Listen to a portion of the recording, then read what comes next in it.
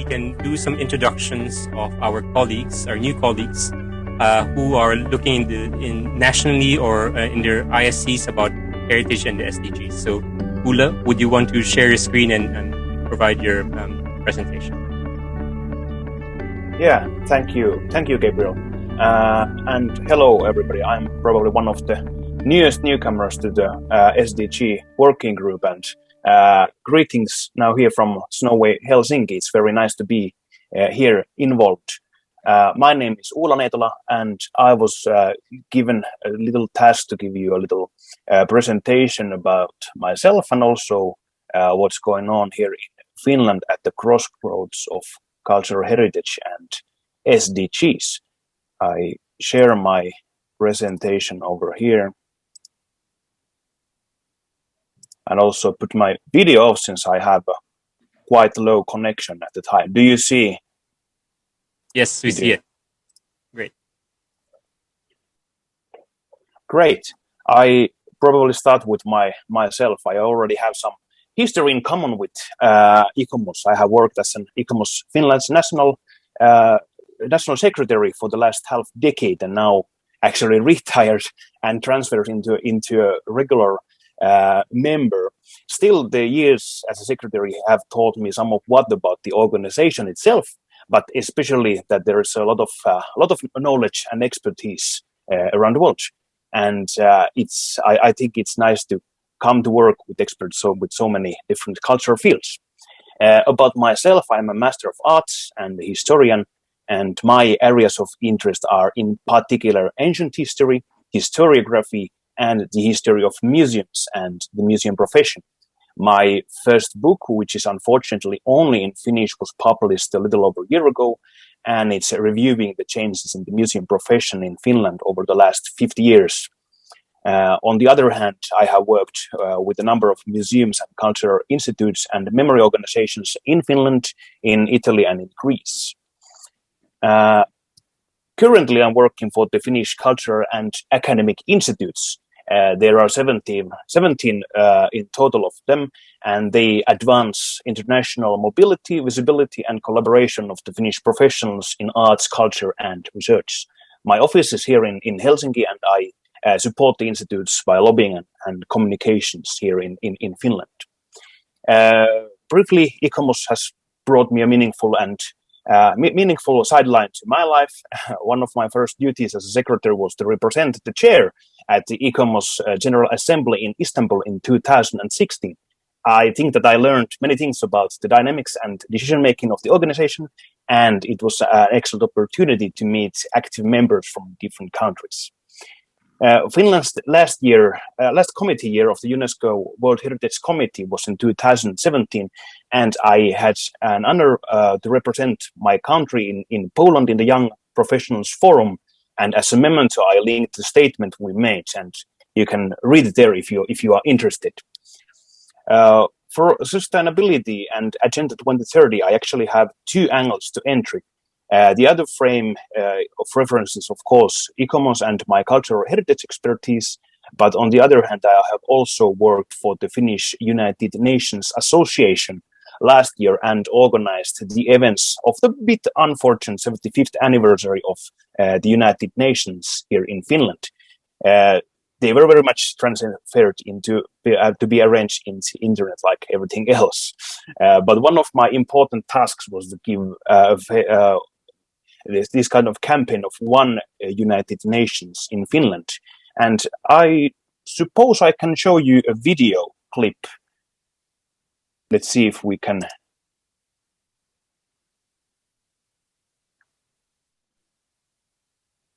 Do you see the video or do you see my presentation still? We can see your presentation still, though. Okay, so let's do it here. I don't know if the sounds are actually working, but it does have subtitles.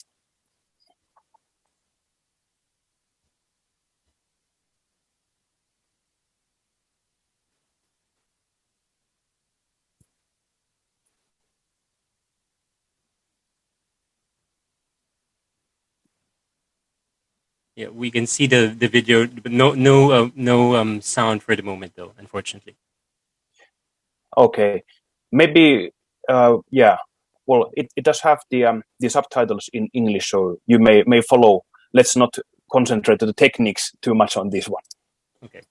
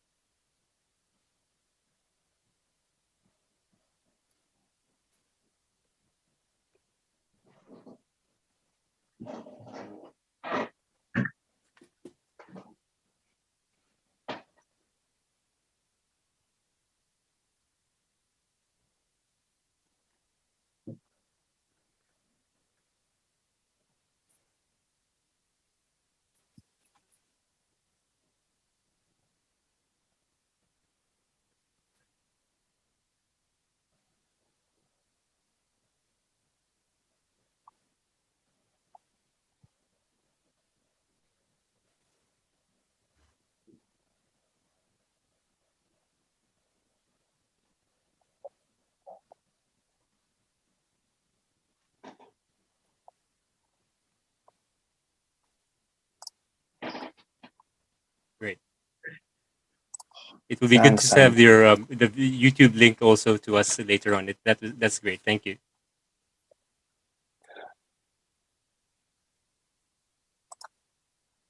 oh, sorry.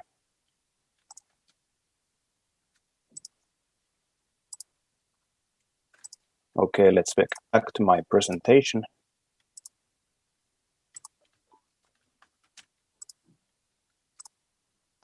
Over here. Yeah, sorry about the muteness. I think that well, this was like more or less like a example of what kind of collaboration we can do as a one UN in Finland, and it also sums up a little bit about the hopes and the wishes that there are about SDGs in the future, and of course what kind of contributions we sometimes have to make to catch attention. Yeah, well, this is me. It's me here in Delphi, Greece. I was working at the while for the archaeological excavations. The image, like many other travel photos, is like a memento of the time before COVID, and I hope that we could travel soon again. And yeah, but about SDGs itself, the Finnish government is responsible here for the implementation of the Agenda 2030 in Finland, as well as for the national follow-up and review. The Parliament has a key role in ensuring accountability of the work and of the government.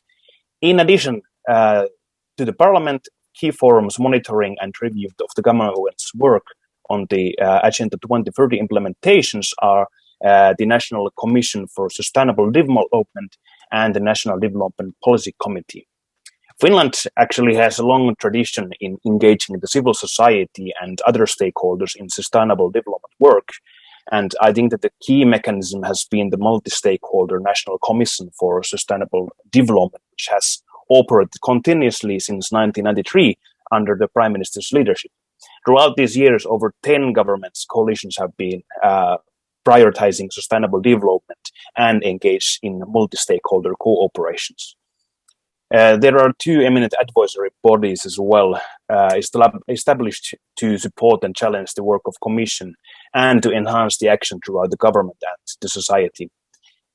One of the most important tools to boost participation, concrete action, and innovations for sustainable development is called Society's Commitment to Sustainable Development.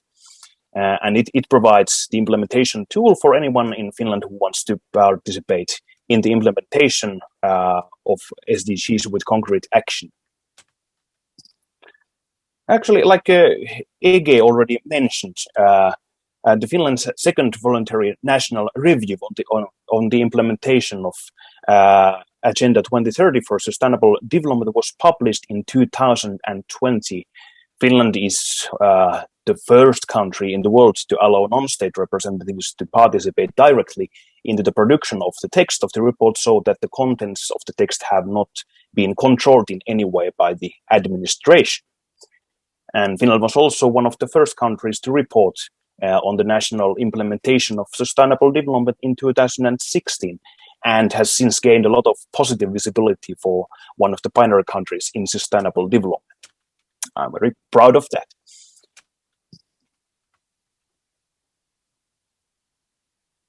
We can actually go ahead of this. I collected a couple of cases and examples that how is SDGs shown in the heritage work. The first one is the National World Heritage Strategy called Our Common Heritage, and its implementation plan outline the Finnish policy on the World Heritage and the implementation of UNESCO World Heritage Convention in 2015 to 25. Both the strategy and the implementation plan involve relevant ministries, Finnish World Heritage sites, and other relevant stakeholders. The theme of sustainable development has been highlighted throughout the entire action plan. The effective protection of cultural and natural heritage is at the heart of the plan, and expanding network of stakeholders is considered an important challenge for the future. In 2018, the Association of World Heritage Sites in Finland was provided financial through discretionary subsidy issued by the Ministry of Education and Culture for the development of government's tourism for 4.0 project.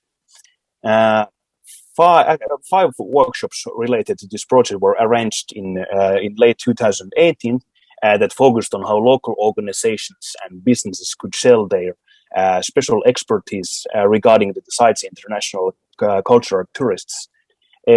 With the continued funding granted for the same cultural tourism project, the association is now developing indicators of sustainable tourism at World Heritage Sites in cooperation with Metsähallitus, the forest government, in reinforcing the channels of joint marketing. These links I can also share with you in the chat box as well.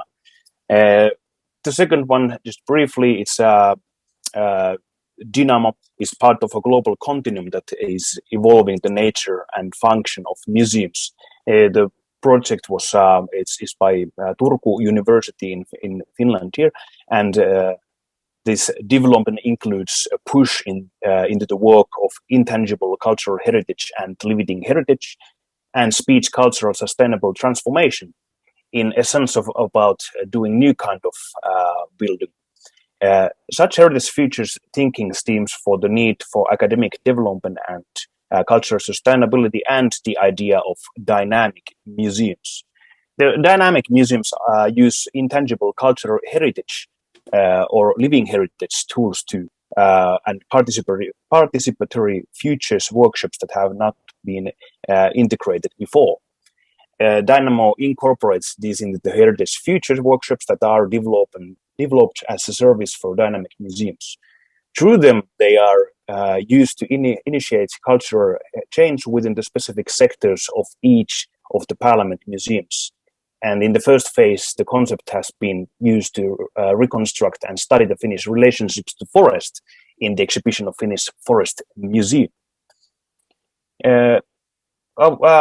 I came to think about what ICOMOS Finland has lately been up to do with SDGs. And actually, well, the link is not here since this was actually published after I have written it. But it's a publication, and it's free to be read on the ICOMOS Finland website. I will link it to you as well.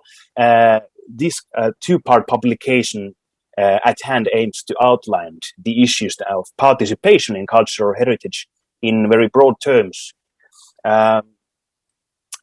The writers, they highlight the need to understand the cultural heritage comprehensively, to recognize the multi-voiced character of heritage experiences, and to identify diverse the factors that enabled participation of individuals and groups. On the second part of the report the outline of a new type stage-by-stage operational model for evaluating and supporting participation in cultural heritages represented. The template process encourages everyone to work for the benefit of cultural heritage, and the work has been carried out in close cooperation with the governing body of Suomenlinna, one of our UNESCO World Heritage Sites, and its staff, and simultaneously with the preparation of Suomenlinna's new management plan. The international seminar Interpreting Shared Heritage Through Time, organized by ICOMOS Finland in 2018, provided an important foundation for the work.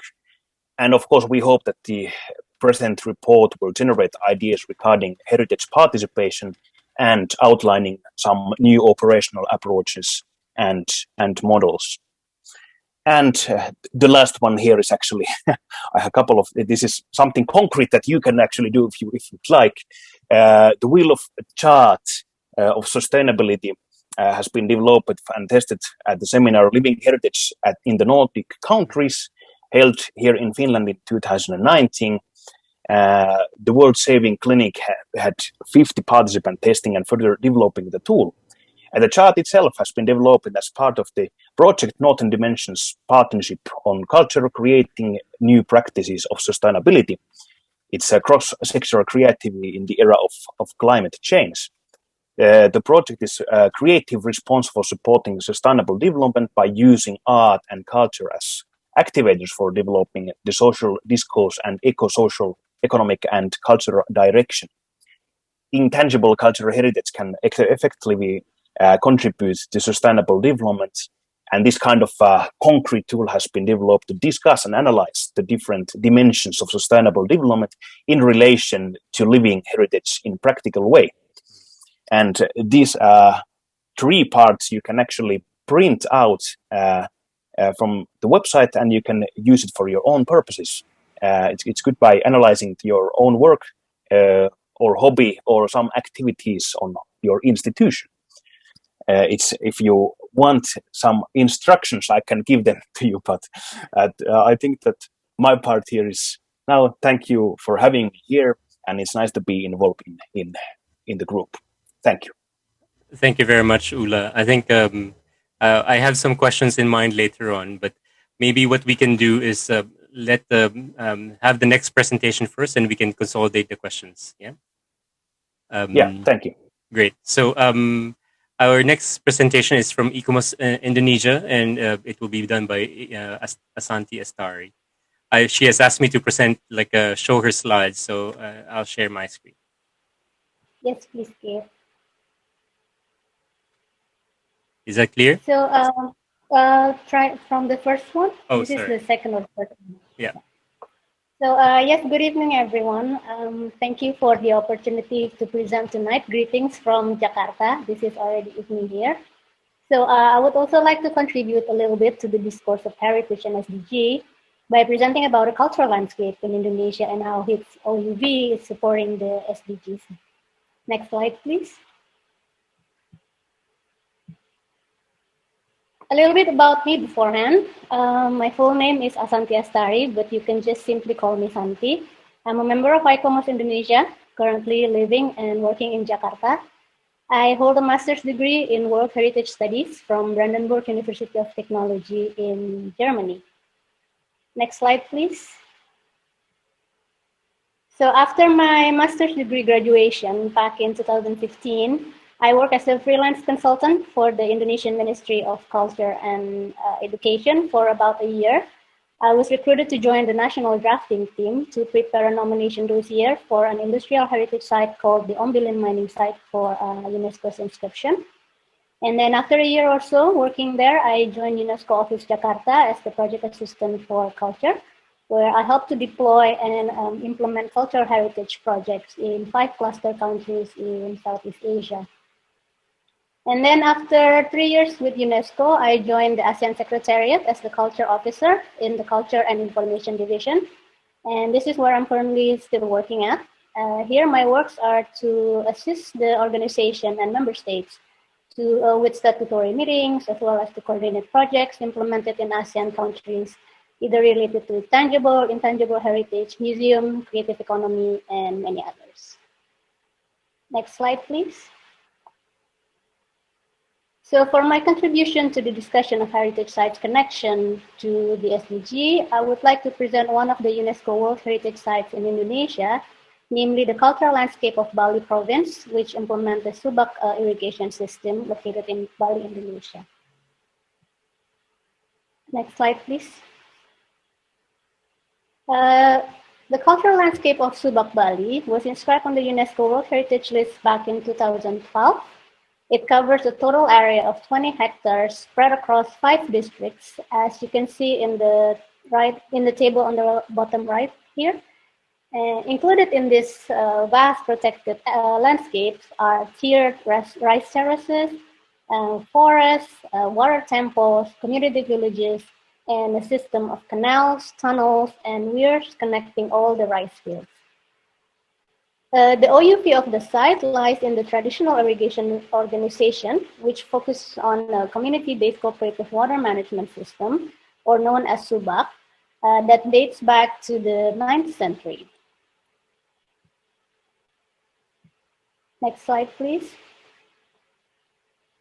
So the cultural landscape of Subak, Bali, sorry, I think you have, yes, sir. The Subak system is defined as the association of farmers managing the irrigation water at a particular wetland area and getting irrigation water from a particular source, who at least manages one temple and has autonomous characteristics both internally and externally.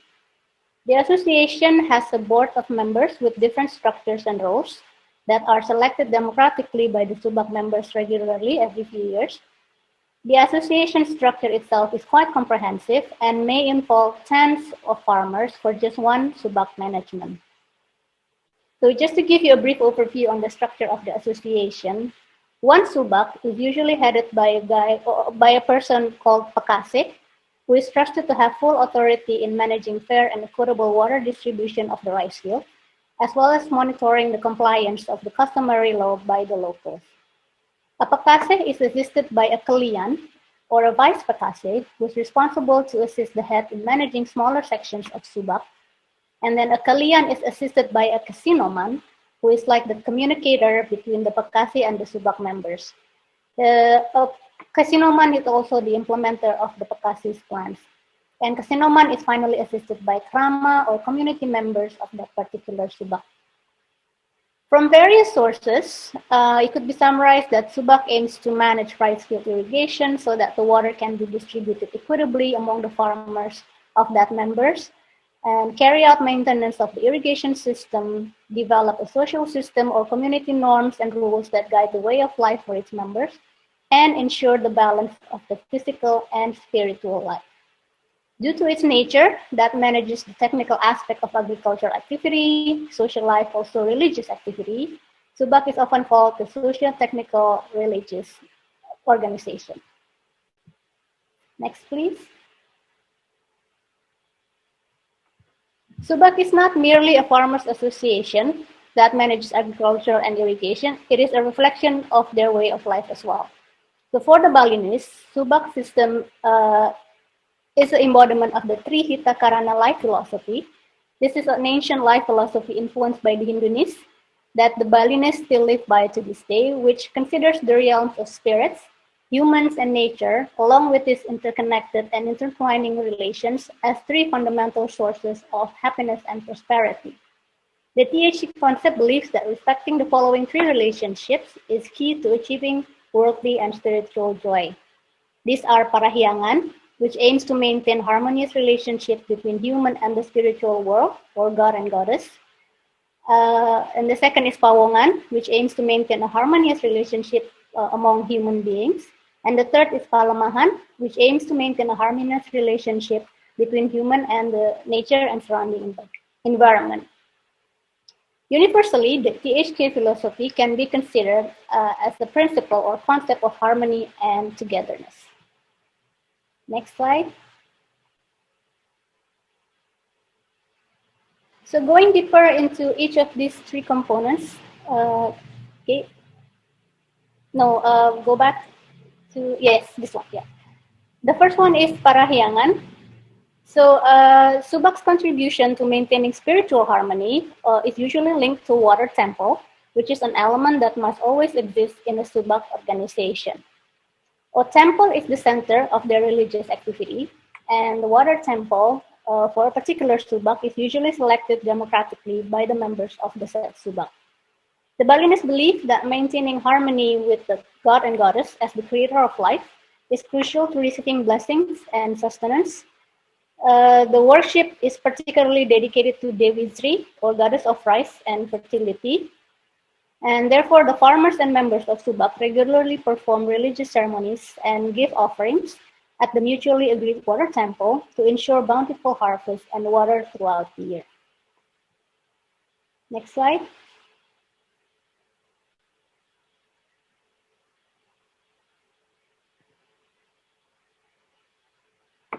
Right, the second one is Pawongan. Subak's contribution to maintaining human harmony is usually linked to the adoption of Awig-awig, or it is a customary norms and laws that governs the life of the Subak members. Awig-awig is developed jointly and abided by the members of Subak as the local laws. It outlines, among others, the day-to-day roles, such as the rights and obligations of a Subak member, distribution network of the irrigation water, schedules of the religious ceremonies at the water temple, conflict resolution mechanism, even sanctions given to a Subak member who violates the rule. The customary laws of Awig-awig ensure that the farmers continue to be the focus and decision makers of the rice field management. It also ensures that community can live side by side peacefully, guided by the agreed community norms. So it is the community rules designed by the community and for the community. Next slide, please. And the last component is Palemahan, or environmental harmony. Subak's contribution to maintaining environmental harmony is linked to the sustainable management and responsible use of natural resources.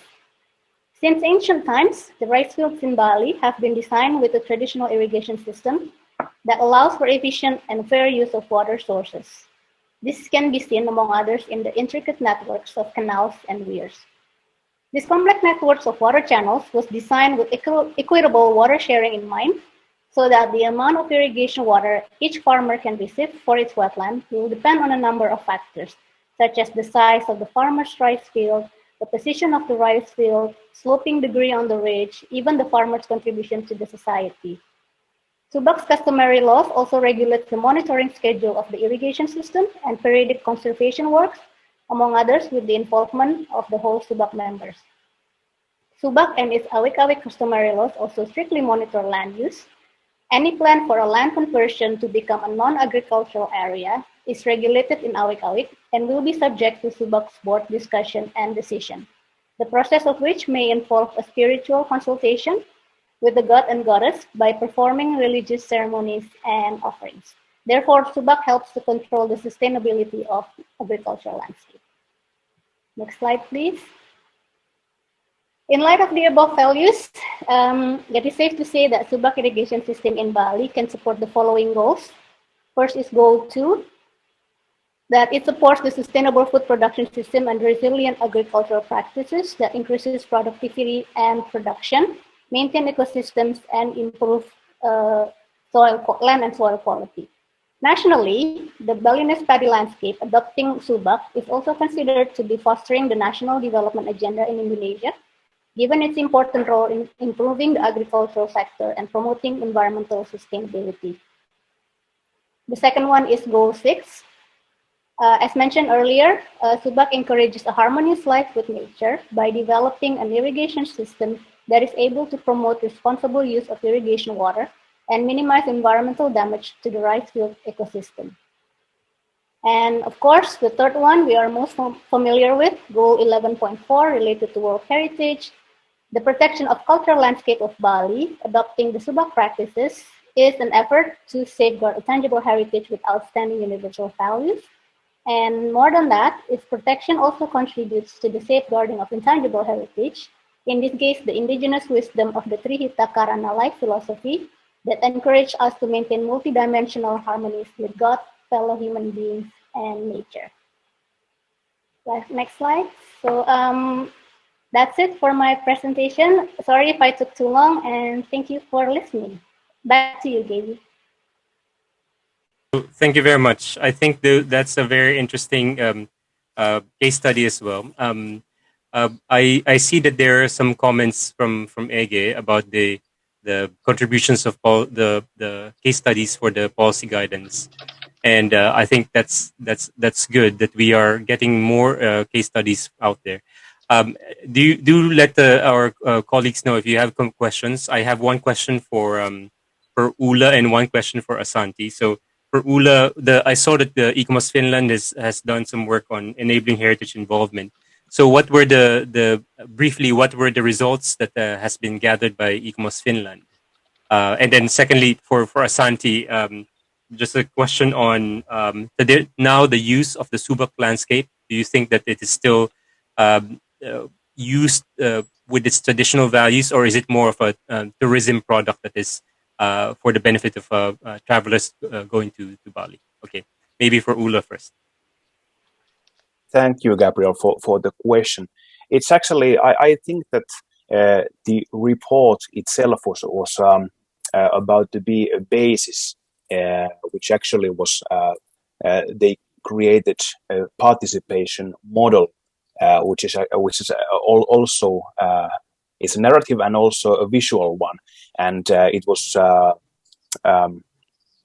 worked together with engineers and architects here in Finland. I think that one of the results was that in everyday practices of participation, some people they can identify with the very variety of large and small narratives, and of course the features of regional local culture can be layered and contradictory as well as marginal relation to the selected readings of official heritage.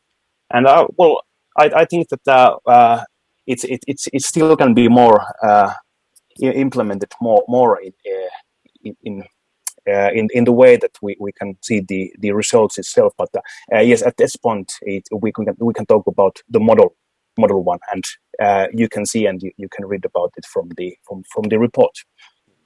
Great. I've just clicked on the report, and I'll be quite interested to see what is out there.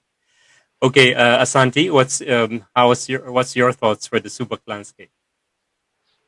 Yes, thank you for the question. So yes, I admit I think there has been an increasing activity of tourism, and that they come to see the rice field alone, but there has been a lot of effort as well coming from the local people, coming from the farmers that emphasize the local government to go back to and then remind about the use of customary laws, which somewhat restrict the land conversion from agricultural to non-agricultural areas. So to a certain extent, the Subak organization, along with the Awig-awig customary law, is still able to refrain the conversion of land, and then therefore not exploiting it too much for tourism purpose, but more about the sustainable use of that whole protected landscape and rice fields.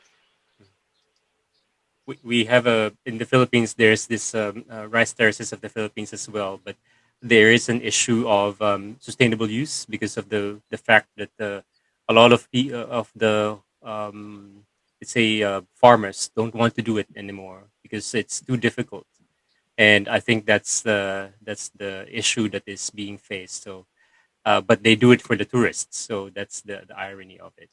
A lot of work needs to be done for that. Okay, Mike has raised his hand. I think that I do recall that at one of the World Heritage Committee meetings, the Philippines actually had asked that the rice terraces of the Philippines be put on the World Heritage in Danger. And I think that this, first of all, it was quite amazing because normally state parties don't ask for their properties to be put on the World Heritage in Danger. But I thought it was a very important statement relating to exactly what you've just said, Gabriel. And I think it'd be interesting just to see what they did and what happened from that, to be able to see exactly how in fact, moving from World Heritage in Danger back into some sort of sustainable structure.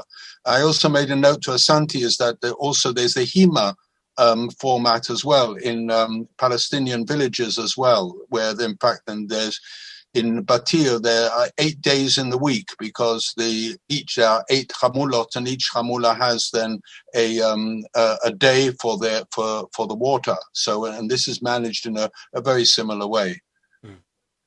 What will be quite useful is there's this place in China, right? The honey rice terraces, which has exactly the same thing. But how are these more traditional ways of terraced agriculture survive in the future? Asanti was saying that it is more. I think it's more sustainable in Bali's case because of the fact that there's a spiritual level that is being thought through. Asanti, do you want to say something? Yeah. No, I agree. I mean, at least to this point, the customary laws and the Subak organization is still able to refrain or minimize the overexploitation of the site to become tourist sites. But let's just hope that it can just continue to be that way for a long time. Okay, I see Klaus Peter raise his hand. So Klaus Peter, yes. Thank you for giving me the floor. I want to refer to what Michael said about the examples. And I have been to a conference to the Hongi honey rice terraces because at that time it was inscribed in the World Heritage List, but the committee forced them to have a discussion about this conference, and we went. We had this conference, and we went to this terraces, and of course, I want to stress about the difficulties, as Gabe said.